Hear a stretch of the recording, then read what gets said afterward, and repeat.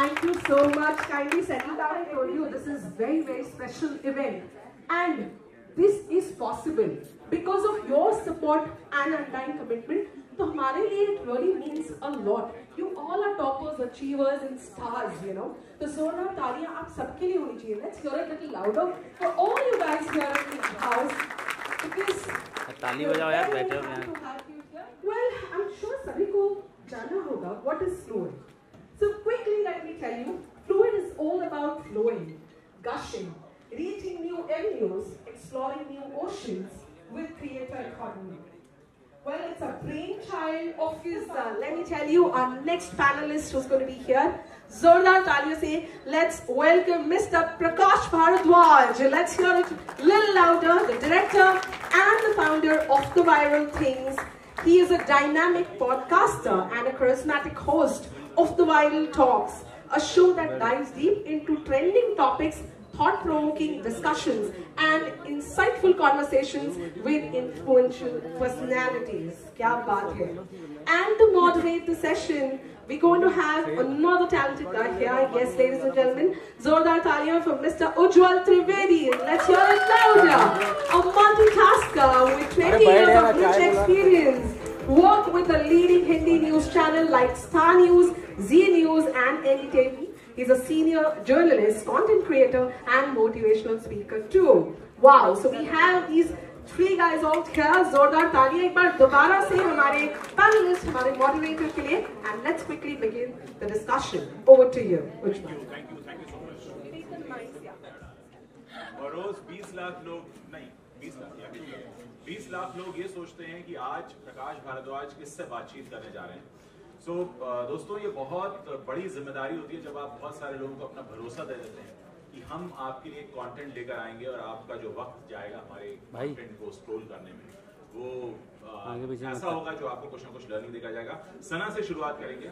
Sana, how you started your journey, like कब सोचा पहली बार कि मुझे कंटेंट क्रिएटर बनना है, मॉडल बनना है, एक्टर बनना है? खैर, सबसे पहले तो शुक्रिया. I am really fortunate that I am here as a speaker today. Thanks to you and the team. Well, मुझे लगता है कि आपको अपनी स्टोरी बोलने में नदामत महसूस नहीं करनी चाहिए, तो मैं खुल के बोलूँगी कि मैंने एक्चुअली स्टार्ट कैसे किया था. मेरी कॉलेज में मुझे बहुत बुली किया जाता था और मेरी एक सीनियर थी. मुझे फैशन शो में बड़ा पार्टिसिपेट करने का मन हो रहा था. I was like I want to participate in fashion show. I went for an audition and she just told me on my face, you know what, Sana Sultan, sorry you're not fit for it. I was like, why? मुझ में क्या मसला है? I want to participate. Yeah, come on, saying no. I went home, I looked into the mirror and I'm like, यार क्या इतनी बुरी बनी हूँ, क्यों participate करने नहीं दे रही? Next day I again went, I'm like, listen, I want to participate. That's one of my favorite colleges. Let me allow to participate. She said no. पता नहीं मेरे जहन में क्या आया.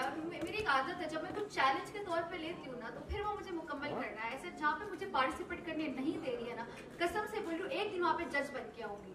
She's like, we will see. I said, we will see. वो हुआ. फिर उसके बाद आपका भी शुक्रिया अदा करना चाहूंगी, क्योंकि तब आप और श्वेता जी, आप लोग अली बाबा के साथ एसोसिएटेड थे, तो मेरे जहन में आया कि कुछ बड़ा करना चाहिए.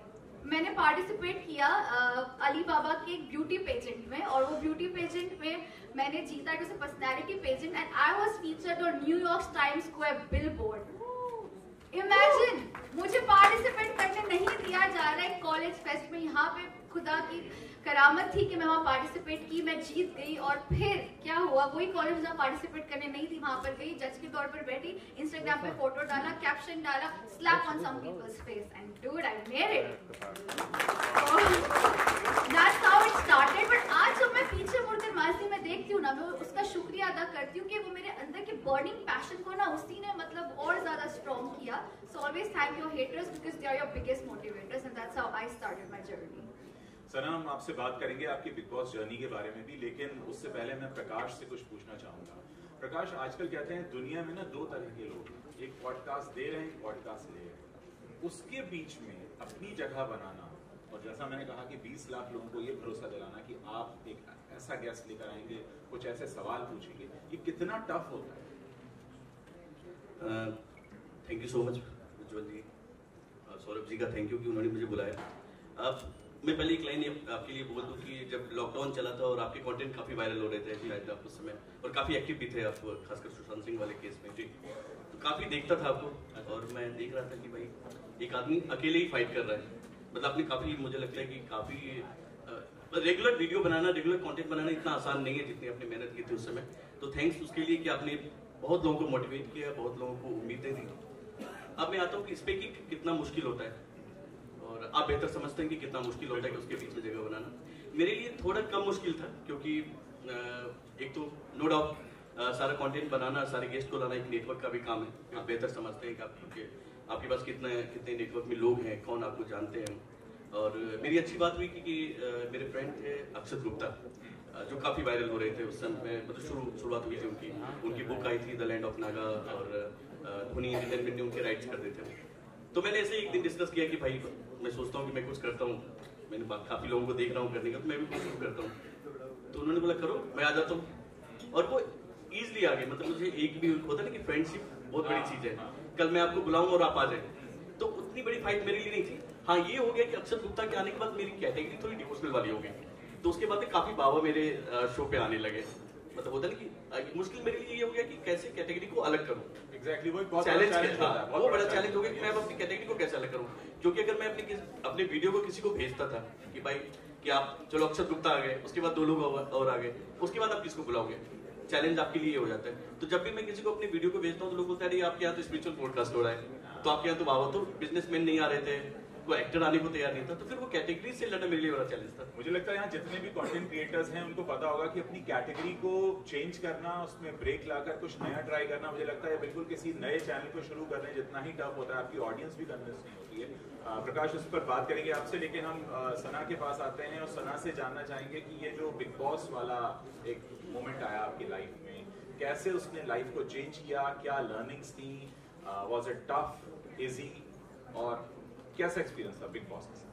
मैं मजे की बात बताऊं, मैं बिग बॉस करने के लिए गई नहीं थी। मैं गई थी वाईकॉम ऑफिस एक वेब सीरीज की मीटिंग के मुतालिक, और वहाँ पर जो मैम बैठी थी Shalini, she is one of the heads over there, तो उनसे मेरी मुलाकात हुई। मैंने उनसे बातचीत की, कहती यार आप बहुत खूबसूरत उर्दू बोलती हैं, आपका अंदाज बड़ा शायराना लगता है, आप बिग बॉस करेंगी। हमने कोई झगड़ालू नहीं होता, झगड़ा नहीं होता। श्री कोई बात नहीं, झगड़ा करने के लिए 10 लोग हमारे पास है, आपकी शख्सियत है तो हम आपको ये ऑफर कर रहे हैं। तो फिर ये मेरे पास बिग बॉस आया और मुझे लगा अच्छी अपॉर्चुनिटी है, व्हाट बेटर। मैंने हाँ बोला थोड़ा सा सोच के, घर पर थोड़ी सी बगावत करके, क्योंकि अम्मी अब्बा को लगा था मैं पहले हफ्ते ही वापस घर पे आ जाऊंगी। फिर डिफिकल्ट था इनिशियली, बिकॉज अगर आप सुनोगे तो आपको पता है मेरा जो लहजा है बात करने का, मैं उर्दू बोलती हूँ। तो इनिशियली फर्स्ट वीक में लोगों को थोड़ी सी फेक लग रही थी, क्योंकि एक ऐसी लड़की जो कपड़े, जिसका पहनावा मॉडर्न है, उसकी जुबान उर्दू है, ये कैसे मुमकिन है, थोड़ा सा मुख्तलिफ है ना, ये थोड़ा सा रह रहा है। अब लोगों की जगह मैं भी होती तो शायद मैं भी ऐसे सोचती कि शायद ये लड़की है फेक। लेकिन जैसे जैसे दिन गुजरे, हफ्ते 2 हफ्ते, आई वाज देयर माशाल्लाह फॉर गुड 47 डेज, जबकि मैंने इतना तवक्को नहीं किया था। I thought probably within a week I will be out, but thanks to Anil Kapoor sir, उन्होंने मेरा आला गर्ल जो है उसको काफ़ी पॉपुलर और वायरल किया। तो आज मुझे लोग आला गर्ल बोलते हैं, जो भी मेरे चाहने वाले, जो मुझसे मोहब्बत करते हैं। लेकिन बहुत खूबसूरत जर्नी थी, बहुत कुछ सीखने को मिला। बट एक चीज़ में, जितने भी लोग यहाँ पर हैं सबको एक चीज़ ज़रूर बोलूँगी, एज अ फ्रेंड समझो या जो भी आप मुझे समझना चाहो, कि लोग आपको कुछ भी बोले, please do not change your self for people. अपनी शख्सियत लोगों के लिए तब्दील मत करो। You be you, the world will adjust. Believe in yourself, and I swear people will believe in you. That's my takeaway from Big Boss and life. Thank you, sir. Thank you, Sana. Thank you, Prakash. आपने इतना experience हमारे साथ share किया। कुछ लोग अगर सवाल पूछना चाहते हैं प्रकाश से या सना से। Yeah, guys, go ahead. Yes, sir. Please. Any questions? Sir, को please mic देंगे? कसम से कह रही हूँ, मुझे लगता है अगर मैं बिग बॉस नहीं करती तो बहुत रिग्रेट करती, क्योंकि शो में जाने से पहले मैंने बिग बॉस के हवाले से तरह तरह की बातें सुनी थी कि कंट्रोवर्शियल शो है, और मुझ जैसी लड़की में कंट्रोवर्सी से दूर रहना पसंद करती हूँ, काफ़ी सादा हूँ मैं उस तरीके से। तो मैं थोड़ा सा आई वाज लाइक यार करूँ नहीं करूँ, बट अब जब मैं मुड़ के देखती हूँ सर, मुझे लगता है सबसे लेसन लेने वाला एक्सपीरियंस था, because it help me become a better human. It taught me lot of things. खाने की कदर हुई मुझे, वहाँ पर हमें खाना नहीं मिलता था 3 दिन, और वहाँ पर भी मुझे लोगों ने बोला फ्लॉप पिक्चर की हीरोइन में नाम नहीं लूंगी, मैं किसी की पर्सनैलिटी का पी भी नहीं हूँ, काफ़ी चीज़ें मेरे बारे में बोली गई वहाँ पर। लेकिन अगेन मैं फिर भी उनको शुक्रिया करती हूँ, क्योंकि अगेन उन्होंने मेरे अंदर की बर्निंग पैशन को जगाया। तो आई think it's a great experience, great journey. और जो मुझे आला गर्ल का खिताब मिला है उसके लिए मैं शायरी बोलकर ये खत्म करना चाहूँगी कि सिर्फ आला आला बोलती है बोलकर मुझे बदनाम कर दिया, मैंने वही आला लफ्ज उठाकर अपना नाम कर दिया। आला girl in the house. Hello Ujjwal, मैं एक सवाल सर इनसे भी पूछना चाहूँगा। आज सोशल मीडिया के दौर में हर कोई इंटरव्यू करना चाहता है एक दूसरे का, बहुत आसान कहीं ना कहीं प्लेटफॉर्म तैयार हो चुका है। एक पॉडकास्ट आप चैनल चलाते हैं तो किन बातों का ध्यान रखते हैं कि किस तरह के सवाल होने चाहिए जिससे मेरी जो ऑडियंस है मुझे बहुत आसानी से कनेक्ट कर सके? इसके लिए किस तरह से होमवर्क करना पड़ता है, डेली बेसिस पे करना पड़ता है कि इंस्टेंट हो जाता है आपसे? कंटेंट के बारे में तो एक चीज बताऊंगा कि पहले तो आपकी ऑडियंस जो है वो किस सिटी से है। अगर आपने उसके डेमोग्राफी को देखा होगा कि कहाँ से वो आती है, वो 2 टियर सिटी से, 3 टियर सिटी से, अगर आपने इसको फिल्टर कर लिया तो कंटेंट बनाना आसान है। कारण ये है कि मैंने वो इंटेलेक्चुअल कंटेंट बनाया और उसको देखने वाले लोग एक ऐसे शहर से आ रहे हैं जहाँ पे मतलब लोग रोजमर्रा वाले लोग हैं, सिक्योरिटी गार्ड हैं या फिर ऐसे लोग हैं जिनको इनसे मतलब इनका लेना देना नहीं, इंटेलेक्चुअल को एंटरटेनमेंट चाहिए, तो वो कंटेंट चलना नहीं है। दूसरा चैलेंज ये आता है कि एक ही तरह के कंटेंट को बना बना के बार बार ना आप अगर आप यूट्यूब से वाकिफ होंगे तो धीरे धीरे उनके एल्गोरिदम में फर्क पड़ने लगता है कि आपकी कंटेंट पे उतना ट्रैफिक आता नहीं है। ठीक है, तो चैलेंज ये सबसे बड़ा है अपने पास कंटेंट में। अब रही बात की कि आपकी सहजता की और वर्कशॉप की, जो आप बोलते हैं कि डेली वर्क करते हैं कि नहीं, ये आ जाती है चीजें धीरे धीरे आपके अंदर। आपको बहुत ज्यादा वर्क करने की जरूरत नहीं होती है। प्लस आप जब देखते हैं वीडियो, जब भी आप शुरुआत करते हैं तो कभी ना कभी कुछ रेफरेंस के लिए वीडियो देखते हैं। जैसा मैंने बताया कि उज्जवल जी का वीडियो दिख रहा था या और भी पॉडकास्टर हैं उनका वीडियो देखते हैं, तो आपको बातें समझ में आ जाती है किस चीज से क्या पूछना है, क्या नहीं पूछना चाहिए। तो ये बात धीरे धीरे ठीक सेट हो जाती है आपके साथ। इसका सबसे अच्छा एग्जांपल देता हूँ कि मैंने भी क्लास पॉडकास्ट किया था और एक काफी पॉलिटिकल पर्सन थे, उनका पॉडकास्ट किया और मुझे लगा कि ये वाला तो ऐसा चलेगा कि अब सब्सक्राइबर वगैरह बढ़ने वाले हैं और कुछ रेवेन्यू पैसे भी आ जाएंगे अपने अकाउंट में ठीक ठाक। और उस पर 4000 व्यू आने में भी फाइट हो गई थी अपनी। तो अब ये बड़ा चैलेंज था और उसमें मैं खुद को भी, मैं पहली बार अपने पॉडकास्ट को पूरा देख रहा था। होता नहीं कि आप बोलते बोलते आप देखते देखते बोर हो चुके होते, आप अपने आप को कितना देखोगे, बट वो लगा कि इस बार मैंने कुछ कमाल कर दिया है, नहीं चला। लेकिन फॉर्मेट की दिक्कत यह है कि अगर आप फुल कंटेंट नहीं चल रहा है, मैंने उसके रील्स बनाए, शॉर्ट बनाए और 3 महीने के बाद एक शॉर्ट कम से कम 20 मिलियन गया। मैंने देखा आपका इंस्टाग्राम ज्यादा पॉपुलर है क्योंकि मैं भी इंस्टाग्राम पर आपको कंज्यूम करता हूँ, आज 2.1 बिलियन टाइप कुछ।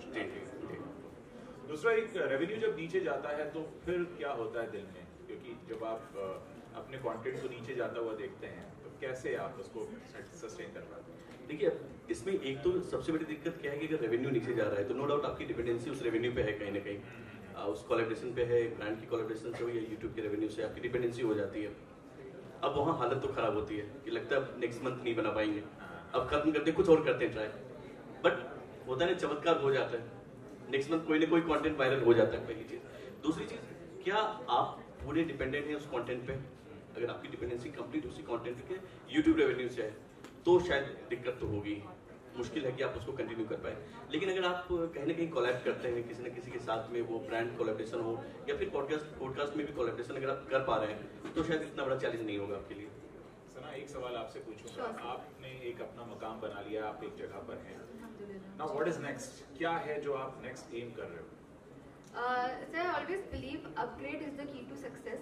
एक ही चीज़ करोगे और एक्सपेक्ट करोगे कि मैं नया रिजल्ट पाऊँ तो ये नामुमकिन है।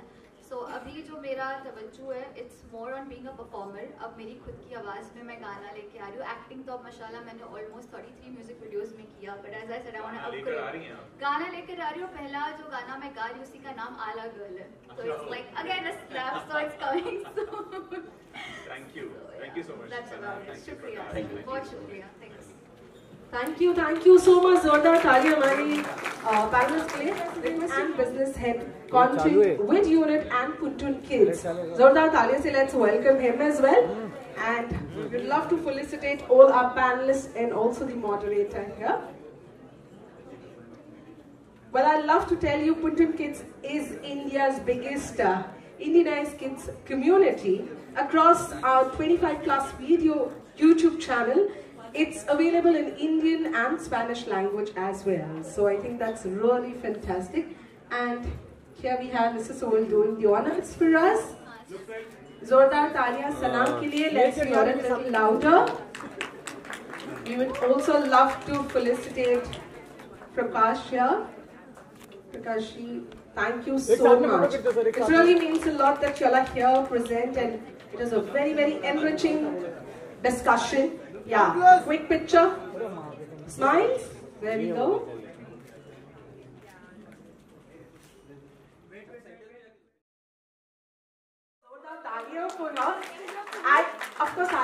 कामबाई वाली Sheila Aparna Chandil. Because it's so much fun to have them here.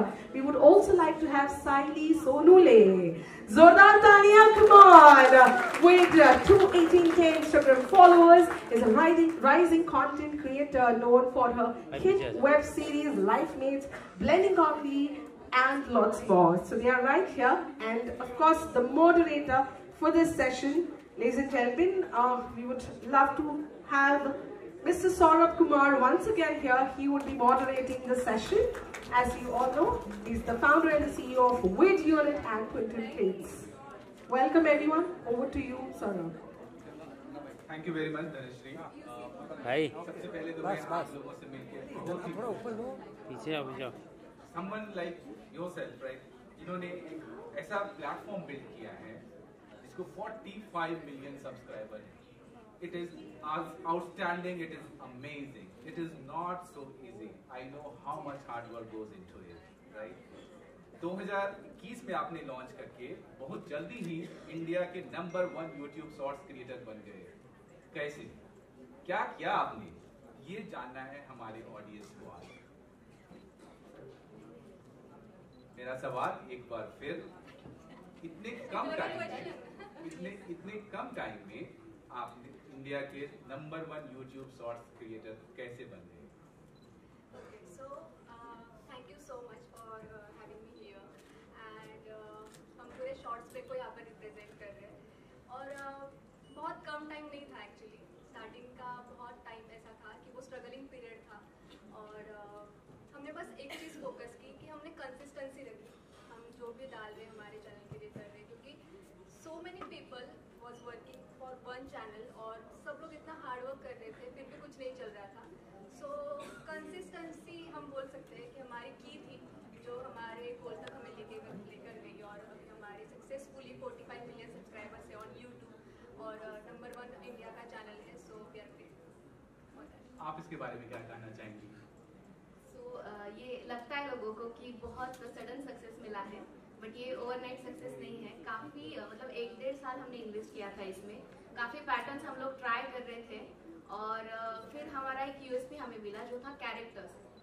तो हमने काफ़ी सारे कैरेक्टर्स ट्राई किए, जिनसे लोग धीरे धीरे उस 1-1.5 साल के बीच में कनेक्ट होते गए, और हमें कमेंट्स में रिप्लाई बहुत आते थे उन कैरेक्टर्स को लेके. तो हमने थोड़ा सोचा कि उसको कंटिन्यू करके कुछ स्ट्रैटेजी बना के देखते हैं, and it kind of work for us. Perfect. Before I come to you, Pooja, I have another question, right? As you said, the character Kamwali has struck a chord with the audience, and it has inspired its creation. And what do you think? How it has shaped your brand? जिस तरीके से आपने कामवाली को सोचा, क्या उसी तरीके से आप shorts break as a brand को भी आगे देखते हैं, या इससे ज्यादा भी कुछ है आपके माइंड? यस, आप दोनों के लिए सवाल. यस, अगर हम शॉर्ट्स के लिए देखा जाए तो शॉर्ट्स ब्रेक जो हम शॉर्ट्स करते हैं, तो उसके लिए फ्यूचर हम कह सकते हैं कि ब्रांड से ज़्यादा कैंपेन जो होते हैं वो फ्यूचर के लिए हम देख सकते हैं. और लॉन्ग फॉर्म में हम बहुत कुछ एक्सप्लोर और कर सकते हैं, बट शॉर्ट्स के लिए यस ब्रांड्स. और हमारे जो बाकी के भी स्टोरीज होते हैं या कैरेक्टर्स होते हैं, वो भी उसी तरीके से अभी बिल्ड हो रहे हैं. लोग बहुत कनेक्ट हो रहे हैं उसके साथ. तो हम लोग देख रहे हैं कि इन चीज़ों को हम और कैसे बड़ा कर सकते हैं या और कैसे पहुंचा सकते हैं. Perfect. Pooja, in your last 15-16 years of your career, right, you have worked with numerous brands, you have created content, you have developed strategies, right? But here there are a lot of influencers, you know, right? They want to know on what are those parameters you select influencer for a particular campaign. क्या देखते हैं आप उनमें? So basically, when we work on a certain campaign, हम लोग पहले देखते हैं कि influencers ब्रांड का टारगेट ऑडियंस क्या है, रीजन क्या है, और ज़रूरी है लाइक ब्रांड्स को तो चाहिए कि वो 10 लाख स्पेंड करे, कोई सेलिब्रिटी इन्फ्लुएंसर लेके आए, बट क्या वो इन्फ्लुएंसर उतना ट्रैक्शन, उतना एंगेजमेंट और उतना ब्रांड ऑब्जेक्टिव को मीट कर पाएगा कि नहीं? क्योंकि समटाइम्स ऐसे होता है कि माइक्रो इन्फ्लुएंसर्स भी इतना ट्रैक्शन ला सकता है, इतना कॉन्वर्सेशंस ला सकता है जो ब्रांड को बेनिफिट करता है. So every campaign when we work on shortlisting influencers, we apply a certain strategy. Strategy has to be कि क्या वो certain region को defy करेगा, क्या वो objective meet करेगा, क्या वो बहुत सारा conversations करेगा. क्योंकि कभी कभी हम लोग बहुत सारा पैसा डालते हैं influencer campaign के लिए, लेकिन वो उतना objective meet नहीं करता. मे बी वो 10 लाख आपको views दे दे, लेकिन वो उतना ट्रैक्शन या एंगेजमेंट दे नहीं सकता. लेकिन वही अगर आप स्ट्रैटेजाइज करके वो पर्टिकुलर कैटेगरी के influencers, even if micro influencers को आप लेकर आए, उतना स्पेंड करें, उतना ज़्यादा कॉन्वर्सेशंस होने का, उतना ज़्यादा ट्रैक्शंस होने का और वो ऑब्जेक्टिव मीट होने के चांसेस होते हैं. तो ये बहुत ही सब्जेक्टिव है. तो ऐसा कुछ नहीं है कि अगर एक ब्रांड बोलता है कि मेरा लग्जरी ब्रांड है, मैं बहुत सारा पैसा स्पेंड करके बहुत सेलिब्रिटी इन्फ्लुएंसर्स लाऊंगा तो मेरा कैंपेन सक्सेसफुल होगा. कैंपेन का ऑब्जेक्टिव क्या है, उस हिसाब से स्ट्रैटेजी बनती है, उस हिसाब से इन्फ्लुएंसर्स चूज होते हैं, उस हिसाब से हम लोग आगे बढ़ते हैं. Okay, thank you very much. Aparna और साइली, शॉर्ट्स हम सब जानते हैं, उनका एक शॉर्ट्स जो है वो शॉर्ट फॉर्मेट कंटेंट है, जैसा नाम सजेस्ट करता है, यू नो, और इसमें 60 सेकेंड्स में और इनफैक्ट लेस देन दैट में ये बहुत डिफिकल्ट होता है आप अपनी कहानी को कहना. राइट, आप लोग आइडिएट कैसे करते हैं, कैसे डिसाइड करते हैं कि किस टॉपिक पे वीडियो बनाना है, क्या उसके पैरामीटर्स हैं, क्या आप अकेले करते हैं, क्या पूरी टीम होती है, या पूरी टीम पहले से डिसाइड कर लेती है टॉपिक, वो आपको बताते हैं, ये पूरा सारा तरीका क्या है, प्रोसेस क्या है, ये आप हमें बताएंगे. सो एक्चुअली हमारी एक बहुत बड़ी टीम है जहाँ पर राइटर्स होते हैं, एडिटर्स होते हैं, सब DOPs होते हैं. तो एक टीम है और उसमें हम एक्टर्स हैं, और बहुत ज़्यादा टाइम तो हम क्या करते हैं कि जैमिंग करते हैं, कंटेंट को लेकर जैमिंग करते हैं. अगर सुबह मिलते हैं तो हम जैसे डिसाइड करते हैं कि 1-2 घंटे हम जैमिंग करेंगे, और हम ट्राई करते हैं कि ज़्यादा से ज़्यादा रिलेटेबल टॉपिक्स पे हम बनाएं ताकि वो ज़्यादा से ज़्यादा लोगों तक पहुँचे, सो दैट वो कनेक्ट कर पाते हैं, और उसी तरह से हमारे भी व्यूज़ पे इम्पैक्ट आ जाएगा या फिर सब्सक्राइबर्स पे इम्पैक्ट आ जाएगा. तो आप भी कोई कंटेंट अगर देख रहे हो और आपको रिलेट हो जाए तो आप वो ज़्यादा से ज़्यादा लोगों को शेयर भी करोगे. तो हमारा ज़्यादा से ज़्यादा मेनली फोकस ये रहता है कि हम रिलेटेबल कंटेंट बनाएं, और फॉर कंटेंट हम जैमिंग करते हैं, सब लोग मिलकर डिस्कस करते हैं, किसी के पास कुछ आइडियाज़ हो वो बताते हैं, फिर हम उसको और इम्प्रोवाइज करके और थोड़ा सा मॉडिफाई करके कैसा बनाया जाए ये सोचते हैं, एंड फिर वहाँ पर शूट करके तो जो ये कंटेंट आइडिएशन का जो आप लोगों का जैमिंग सेशन होता है, राइट, उसमें कभी ऐसी लड़ाइयाँ होती है, फाइट होता है, फिर आप लोग एग्री नहीं करते हैं और या डिसएग्री होता है, ऐसा कुछ होता है क्या? बहुत बार होना ही चाहिए, तभी आप लोग अच्छा वाला कंटेंट देख पाते हैं. तो क्या है ना, पूरी टीम इन्वॉल्व है तो सबके दिमाग से बहुत आइडियाज आते हैं. ऐसा होता है, और जैसा कि आपने बोला कि 1 मिनट में बिठाना, वो हमारे लिए बहुत मुश्किल है. हमारे एडिटर्स हमेशा कंप्लेंट करते रहते हैं कि आप लोग बहुत डेटा शूट करके आते हो जो हमें बिठाना बहुत मुश्किल हो जाता है. तो वी एज एन एक्टर्स हम लोग रोक नहीं पाते खुद को. जब कोई कंसेप्ट हम करते हैं ना, तो इतने इम्प्रोवाइजेशंस हो जाते हैं, उसमें इतने एडिशंस हो जाते हैं, तो वो ऑटोमेटिकली ज़्यादा ड्यूरेशन का बन जाता है. तो ये काफ़ी डिफिकल्ट चीज़ है कि उस चीज़ को 1 मिनट में बिठाना. पर अभी वो भी शॉर्ट हो गया है एक्चुअली. यूट्यूब ने 3 मिनट तक हम शॉर्ट्स बना सकते हैं, वो भी एक अच्छी बात है. न्यू यूजर्स जो भी है, जो कंटेंट बनाना चाहते हैं, तो वो एक उनके लिए भी एक अच्छा प्लेटफॉर्म है कि वो स्टार्टिंग से अगर उनको 1 मिनट के अंदर बिठाना ना पड़े और वो अच्छा कंटेंट बना पाए, तो दैट्स गुड. इससे ही जुड़ा मेरा नेक्स्ट सवाल है, आपने कहा YouTube 60 सेकेंड्स के अलावा 3 मिनट तक के शॉर्ट्स कंटेंट बना सकते हैं. क्या आप लोग जो है शॉर्ट्स के अलावा लॉन्ग फॉर्मेट कंटेंट पे भी फोकस करना चाहेंगे? आपने already take a break start करा हुआ है, आपके और भी कई चैनल्स हैं, बट शॉर्ट्स ब्रेक आज भी सबसे बड़ा चैनल है. बट आपका फ्यूचर प्लान्स क्या है? आप लॉन्ग फॉर्मेट में जाना चाहते हैं या और कितना एग्रेसिवली उस पर फोकस करना चाहते हैं? See on shorts we are focusing on shorts only. अगर शॉर्ट्स ब्रेक हमारा चैनल ही हमने उसके लिए बनाया कि हम छोटा सा कंटेंट में हम कितना किसी को मजा दे सकते हैं या फिर एंटरटेन कर सकते हैं. तो 1 मिनट के अंदर हम कितना एंटरटेन कर सकते हैं, उसके लिए हमने वो एक चैनल बनाया. तो हम ज़्यादा फोकस नहीं करेंगे ऑन शॉर्ट्स ब्रेक, एक्सपेरिमेंट नहीं करेंगे लॉन्ग फॉर्म के लिए. पर फॉर्म के लिए हमारे पास एक अलग चैनल है टेक अ ब्रेक, तो हम वहाँ पर लॉन्ग फॉर्म बनाते थे और बनाते रहेंगे और फ्यूचर भी हम उसमें ही देख रहे हैं ज़्यादा से ज़्यादा, क्योंकि हमारे सबके ड्रीम्स है कि हम OTT पर जाए, हम मूवीज़ करें, तो उसके लिए एक लार्ज स्केल के लिए हमने टेक अ ब्रेक हमारे पास है जहाँ पर हम सीरीज़ बनाते हैं। तो उसी तरह से हम ऐसे सीरीज़ और बनाना चाहते हैं कि जहाँ पर हमें भी सबको ज़्यादा से ज़्यादा अपॉर्चुनिटी मिले, ज़्यादा से ज़्यादा काम करने मिले, मज़ा करने मिले, तो उसमें भी ज़्यादा मज़ा आता है जब हम सीरीज़ बनाते हैं, तो वो एक प्रोसेस अलग रहती है। तो हमारा फ्यूचर तो हम सीरीज़ और ये OTT प्लेटफॉर्म इसमें ही देख रहे हैं, तो focusing on take a break. आप इससे एग्री करती हैं या disagree? Yes yes, I totally agree. और क्या होता है ना, लॉन्ग फॉर्मेट और ज़्यादा मुश्किल होता है ग्रो करने के लिए या फिर काम करने के लिए उसमें। तो हम लोगों का काफ़ी टाइम से एक्चुअली टेक अ ब्रेक चल रहा है, लेकिन शॉर्ट्स ब्रेक के इतने फैंस हैं ना, वो ज़्यादातर जाते नहीं है, देखते नहीं है, पर काफ़ी टाइम से हम लोग टेक अ ब्रेक पे काफ़ी कुछ कर रहे हैं। हम ही एक्टर्स हैं, कहानियाँ भी हमारे थ्रू ही आती है, बहुत प्रॉपर शेड्यूल करके हम वहाँ पे भी शूट करते हैं। तो हम चाहते हैं कि टेक अ ब्रेक भी उतना ही ग्रो हो, ताकि लोगों को पता चले कि हम लॉन्ग फॉर्मेट में क्या क्या कर सकते हैं अलग नया। तो मैं सबको बोलना चाहूँगी, please go and watch take a break. वहाँ पे आपको, यहाँ पे आपको 1 मिनट में इतना मज़ा मिलता है, वहाँ पे आपको काफ़ी कुछ देखने मिलेगा और मज़ा आएगा। पूजा, जब हमारी टीम वीडियो रेट पे हम लोग इन्फ्लुएंसर मार्केटिंग की प्लेटफॉर्म है, हम लोग आए दिन इन्फ्लुएंसर्स को रीच आउट करते हैं उनसे ब्रांड कोलैबोरेशन के लिए, और कई बार एक इन्फ्लुएंसर हमें 1 लाख रुपीज कोट करता है, at the same time the other influencer is asking, who has a similar set of fan following, asking 5 lakh rupees. So it becomes difficult for us. I'm thinking from your point of view, like how do you guys decide whether how much money you should pay to a certain creator of a same level? What are the parameters you look for in those creators to decide the number of money, in fact, the amount what they are asking for? Say, to be honest, I feel the influencer fees are purely negotiable. वो कभी-कभी ये होता है कि एक influencer की costing मेरा experience के हिसाब से ये हुआ है कि वो ना कॉन्सेप्ट पे भी डिपेंड करता है।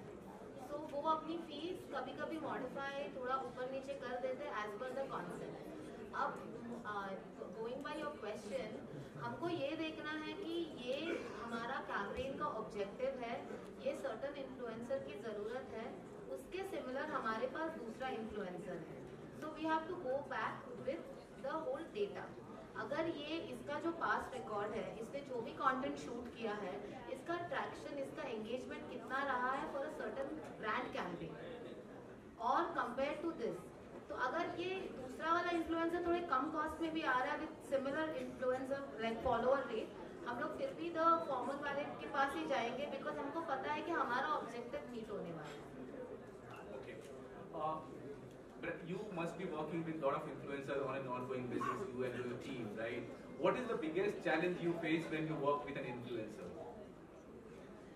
Challenges from an influencer or from brand's point of view, what is the biggest challenge or problem to work with an influencer for a campaign?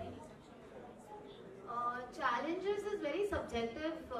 I feel it entirely depends on brand का ask क्या है। उस हिसाब से कभी-कभी ये होता है कि ब्रांड को एक सर्टन इन्फ्लुएंसर के साथ ही काम करना है, एंड इन्फ्लुएंसर को एक सर्टन उनका कंटेंट क्रिएट करने का एक सर्टन तरीका होता है। तो अगर उसमें कुछ भी मॉडिफिकेशन करना होगा, so how to convince that influencer that you can tweak your content strategy to this as per the brand requirement, तो उनको कन्विंस करना could be one of the challenges. negotiation with regard to money could be a challenge. There are certain, आज की date में ये होता है कि brand expects a certain KPI. अगर हम लोग influencer content भी करते हैं, हमको KPI देना पड़ता है कि अगर हम एक certain influencer के साथ काम कर रहे हैं तो उसके रिटर्न में हम इतना अगर इन्वेस्ट कर रहे हैं तो ROI क्या मिलने वाला है, तो वो हम कैसे अचीव करेंगे, वो भी एक चैलेंज होता है। कॉन्सेप्ट उस हिसाब से ट्वीक करना पड़ता है। कभी-कभी मिड कैंपेन हमको कुछ और कॉन्सेप्ट्स इंक्लूड करने पड़ते हैं ताकि वो कैंपेन चले। तो ऐसे बहुत सारे चैलेंजेस होते हैं, and it entirely depends on the campaign और द कॉन्सेप्ट, मतलब the brand that you work. Perfect. Aparna and Saili, same questions for you. What is the biggest challenge or problem you face when you interact with a brand for a brand campaign? Already saying sorry, Pooja. तो बहुत सारे challenges, ideation से लेके editing तक, पूरा पूरा challenge ही होता है हमारा ब्रांड को लेके, क्योंकि कभी कभी ना बहुत अनरियलिस्टिक एक्सपेक्टेशंस भी होते हैं ब्रांड के कि इतने ही टाइम में चाहिए, फिर ऐसे ही चाहिए, और सोचना पड़ता है ना, तो थोड़ा टाइम चाहिए होता है, लेकिन डेडलाइंस बहुत स्ट्रांग होती है ब्रांड के साइड से, तो काफ़ी चैलेंजेस होते हैं, मैं तो बोलूँगी थ्रू आउट प्रोसेस में। Okay, so I'm running out of time, but still I'll ask 2 questions, very small questions. What is the most bizarre brand collaboration idea you have been pitched to? कभी ऐसा हुआ है कोई brand आपको reach out किया है और जो ब्रांड कोलैबोरेशन कॉन्सेप्ट जो उन्होंने बताया वो बहुत ही अनयूजुअल था, बहुत ही बिजार था, ऐसा कोई आपके माइंड में आ रहा है तो बिना नाम ब्रांड का नाम लिया आप मुझे बता सकते हैं? नहीं, एक्चुअली ऐसा कुछ नहीं है, क्योंकि मोस्ट ऑफ द टाइम हम ऐसा प्रेफर करते हैं कि कॉन्सेप्ट हमारा ही हो, क्योंकि हम ट्राई करते हैं कि सटल इंटीग्रेशन कैसे किया जाए, क्योंकि हमें बस ब्रांड वीडियो नहीं बनाने, हमारे ऑडियंस को भी हमें बैलेंस करना है, क्योंकि अगर ब्रांड मतलब ऑडियंस हमारी बस ब्रांड देखकर चली जाए तो फिर वो एक मेंटेन नहीं रहता, तो हम ट्राई करते हैं कि हम हमारे कंटेंट खुद ही देखें कि हम इसमें कर सकते हैं, ब्रांड आएगा उनकी जो रिक्वायरमेंट है वो बताएगा, और हम ट्राई करते हैं कि हमारे कंटेंट में हम उन्हें कैसे बिठाएं। सो अभी तक तो ऐसा एक्सपीरियंस नहीं है, होपफुली नहीं आएगा। Perfect, that's great. One last question: if YouTube gives you a superpower for a day, what features would you want to add in those shorts?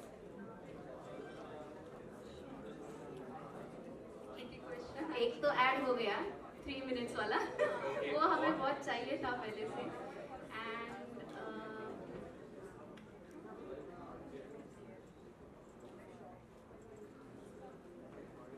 मैं कहूँगी कि शॉर्ट्स को भी उतना ही मोनेटाइजेशन दे। I was waiting for this one question, you know. तो लोग खुशी खुशी और शॉर्ट्स बनाएंगे और शॉर्ट्स के ही चैनल खोलेंगे। लॉन्ग फॉर्म सबको एक्चुअली इंडिविजुअली जो इंडिविजुअल क्रिएटर्स है उनको लॉन्ग फॉर्म करना थोड़ा सा डिफिकल्ट हो जाता है, क्योंकि टीम लगती है उसके लिए, तो शॉर्ट्स के लिए अगर उतना मोनेटाइजेशन मिले तो व्हाई नॉट, सब इंडिविजुअल इन्फ्लुएंसर बहुत सक्सेसफुली ग्रो करेंगे। Perfect. Thank you very much. That's the end of my session, right? You know. And, Thank you guys. Thank you so much. क्या बात है यार, such an insightful session. Ladies and gentlemen, जोरदार तालियां होनी चाहिए. Let's hear it a little louder for all the panelists and of course the moderator. We would join us. That'll be really nice. क्या बात है, इतना ज़्यादा insightful and so much of thought-provoking sessions. Like I told you, we have a lot of sessions lined up for you. But as of now, here we had Saili, we had Aparna, and we had Pooja. तो तीनों के लिए जोरदार तालियां. Let's hear it once again. Actually, she is Sonal, and she managed everything in Shorts Break, everything. सब हमारे channel Shorts Break और Take a Break Sonal manage करती है. क्या बात है, सोनल जी के लिए भी जोरदार तालियां. Let's hear it louder. Like we always say, it's a teamwork, right? And we have the entire team here. Very, very nice. And now, like I told you, wait guys, one group photo please. Come close. One picture, one quick picture. Everybody, one frame. Smile. Super. क्या बात है, इतने interesting panel discussion के बाद, like I told you. It is fluid. It is first of its kind of event, right here, where we are trying to engage with the influencers and provide a platform where they can collaborate with other content creators and provide them support in terms of creating good quality content creation and taking away their content on multiple platforms, building themselves as a brand, and moreover, celebration of the creator economy, right? It's a fun session today, right, where they will be meeting with each other, creating a lot of content, you know, and obviously you coming on board, it will motivate all of us, you know, and yeah, that's what for today. मुझे बहुत अच्छा लग रहा है. अभी तो खैर आगाज़ हुआ है इवेंट का, बट ये ज़रूर बोलूँगी कि माशाल्लाह इन्होंने बहुत आला दर्जे का इनिशिएटिव लिया है कि वो क्रिएटर जो ग्रुप है उनको और बढ़ाना चाह रहा है और हम आके इनको और ज़्यादा इनकी हौसला अफजाई कर रहे हैं. So I am looking forward to today's event and all the best and kudos. I hope कि जो आप इनिशिएटिव ले रहे हो और आप जो सोच रहे हो बडिंग क्रिएटर्स के लिए, आप इतना अच्छा प्लेटफॉर्म लेके आ रहे हो. So I think it's a great initiative and I appreciate. Thank you very much. So budding creator के अलावा जो बड़े क्रिएटर हैं उनके भी पेन पॉइंट हम लोगों ने समझने की कोशिश करी है कि हाउ वो किस तरीके से अपने कंटेंट को मल्टीपल प्लेटफॉर्म पे ले जा सकते हैं. जो एक प्लेटफॉर्म पे ऑलरेडी बिग है उनको दूसरे प्लेटफॉर्म पे किस तरीके की कंटेंट क्रिएट करना चाहिए, इन सब चीज़ के बारे में हम आज बात करने वाले हैं और कर रहे हैं. तो उनको भी फ़ायदा होगा इसके इनिशिएटिव से. For sure. जो आज की यंग जनरेशन जो इन्फ्लुएंसर बनना चाहती है, जिनको लगता है कि बहुत आसान है नाम और फेम कमाना, तो उन बच्चों को क्या हिदायत देना चाहेंगे? एजुकेशन सबसे इम्पोर्टेंट है कि ये शॉर्टकट रास्ता कामयाब है? नहीं, शॉर्टकट रास्ता डेफिनेटली नहीं है. Like any other career, content creation is also a very serious career, you know, and like any other, whether you want to do BTech or MBBS, right, you need to study a lot of things, right? Similarly here also, अगर आप में passion है, अगर आप में hard working करने का जज्बा है और अगर आप कुछ नया इनोवेटिव और क्रिएटिव करना चाहते हैं, तभी इस फील्ड में आएँ. क्योंकि सिर्फ एक वीडियो के हिट हो जाने से आप ओवरनाइट स्टार नहीं बन सकते हैं. आपको अनवरत एक नया कंटेंट क्रिएट करना पड़ेगा, आपको अच्छी क्वालिटी कंटेंट क्रिएट करनी पड़ेगी और उसको इम्प्रूव करते रहना पड़ेगा, अपने ऑडियंस को समझना पड़ेगा, उनको इंगेज करना पड़ेगा. तो अगर आप ये सब करने के लिए तैयार हैं, तभी इस फील्ड को चुनें. Thank you very much. Already बोल दिया. Thank you. बाकी बात वहाँ पे.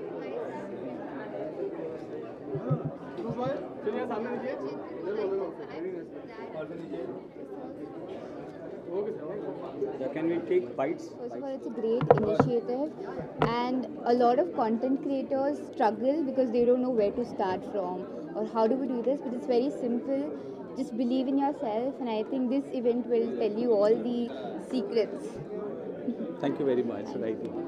सोशल मीडिया का दौर नहीं होता तो आप अपना कैरियर क्या चुनना चाहते हैं? मैं वैसे सोशल मीडिया के अलावा I am already an actress. So मैं बचपन से, जब से मैं 5 साल की थी, मैं एक्टिंग में ही हूँ. एंड सोशल मीडिया इनफैक्ट बाद में आया मेरी लाइफ में, but it has a great influence on people. So I just hope कि मैं एक्टिंग के साथ साथ लोगों का दिल इन्फ्लुएंस करके भी जीत पाऊँ. एक दौर हुआ करता था, लोग चाहते थे हमारे बच्चे डॉक्टर, इंजीनियर बने. आज कहीं ना कहीं लोगों को आसानी से नेम और फेम चाहिए, तो आप उनको क्या मैसेज देना चाहेंगे? आई थिंक सबका point of view, point of thinking is very different. जैसे कि पुराने में सिर्फ आपके पास 2 चॉइसेस होती थी, या तो इंजीनियर बन जाओ या तो डॉक्टर. बट इट्स ग्रेट कि अगर किसी को वो नहीं करना है, so they have lot of options.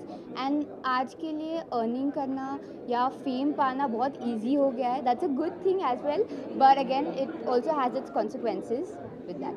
Proper education कितना ज़रूरी है आप मानते हैं? बहुत ज़रूरी है. I think proper basic education 10th 12th तक आपको करनी चाहिए. अच्छा कॉलेज जाओ, बिकॉज ये सब कब शुरू होगा कब ख़त्म होगा nobody knows, but having an education is always a backup plan. Thank you so much. ये जो फ्लूएंट फेस्टिवल का आयोजन किया गया है, इस प्लेटफॉर्म को आप लोग किस तरह से देखते हैं? कहीं कई इन्फ्लुएंसर एक ही मंच पर आए हैं, क्या कहना चाहेंगे इस फेस्टिवल के बारे में? So we were kind of excited for this. We were getting calls from Unit Media for this, and we are so excited to share our insights on this platform. आपकी कुछ इनसाइड स्टोरीज आप बताना चाहेंगे, किस तरह से आपने शुरुआत की थी? Yes, sure. वो एक सेशन है हमारा, राइट? Yes. उसके बारे में हम लोग Yes. बात करने वाले हैं डिटेल. जी बताइए. जी. किस तरह से आपने शुरुआत की थी? ओके, सो हमने 4 साल पहले शुरुआत की थी और अभी सक्सेसफुली हम हमारे ऑलमोस्ट 16 चैनल्स रन कर रहे हैं और फैंस की तरफ से हमें बहुत अच्छा रिस्पांस मिल रहा है और जो भी हम फिलहाल उनकी वजह से, so we are grateful. Multiple channels को से कोऑर्डिनेट करना या मल्टीपल चैनल्स पे कंटेंट डालना कितना आसान या कितना मुश्किल होता है? जो युवा पीढ़ी है जो इस प्लेटफॉर्म पर जुड़ना चाहती है, आप उनको क्या मार्गदर्शन देना चाहेंगे? बहुत मुश्किल होता है एक्चुअली. एक चैनल मेंटेन करना भी बहुत मुश्किल होता है, लेकिन हम लोग टीम है, एक अच्छी बहुत स्ट्रॉन्ग टीम है हमारी. सो हम लोग सारे मिलकर इन चैनल्स को लीड करते हैं, चैनल्स का कंटेंट डिसाइड करते हैं, तो इसलिए हमारे लिए वो थोड़ा सा ईजी है.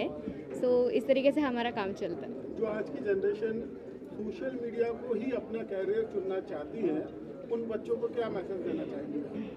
वाई नॉट, मतलब अगर आप कंसिस्टेंटली कुछ भी कर रहे हो या फिर आपने डेडिकेशन से कुछ एक चैनल ओपन किया है या फिर सोशल मीडिया पे कुछ कर रहे हो, तो वाई नॉट, मतलब मैं तो सजेस्ट करूँगी आप करियर चूज़ कर सकते हो, उसमें कोई डाउट नहीं है. आज बहुत सारे एक्टिविटीज़ हमने प्लान किया है, उसमें फ़न गेमिंग सेशंस है, इसके अलावा हमने वर्कशॉप ऑर्गेनाइज किया है, जिससे कि जो कई बार कंटेंट क्रिएटर्स जो है वो डिमोटिवेट हो जाते हैं अगर उनको अच्छी व्यूज़ नहीं आते हैं, कहीं परफॉर्म नहीं करता है, तो ऐसे सिचुएशंस में उन्हें क्या करना चाहिए। एक प्लेटफॉर्म से दूसरे प्लेटफॉर्म पे, एक प्लेटफॉर्म पे आपको अगर सक्सेस मिल जाता है तो दूसरे प्लेटफॉर्म पे आपको कैसे सक्सेस मिलेगा, इन चीज़ों को इंश्योर करने के लिए उन्हें क्या करना चाहिए, इन सारी बातों को आज हम बात करेंगे। इसके अलावा ब्रांड्स भी हैं यहाँ पे अवेलेबल है, उनके साथ कोलैबोरेट करेंगे और ब्रांड कोलैबोरेशंस के लिए जो ब्रांड्स है उनका क्या पर्सपेक्टिव होता है, वो क्या ढूंढते हैं, वो क्या देखते हैं कंटेंट क्रिएटर में, हम उसके बारे में बात करेंगे। Thank you.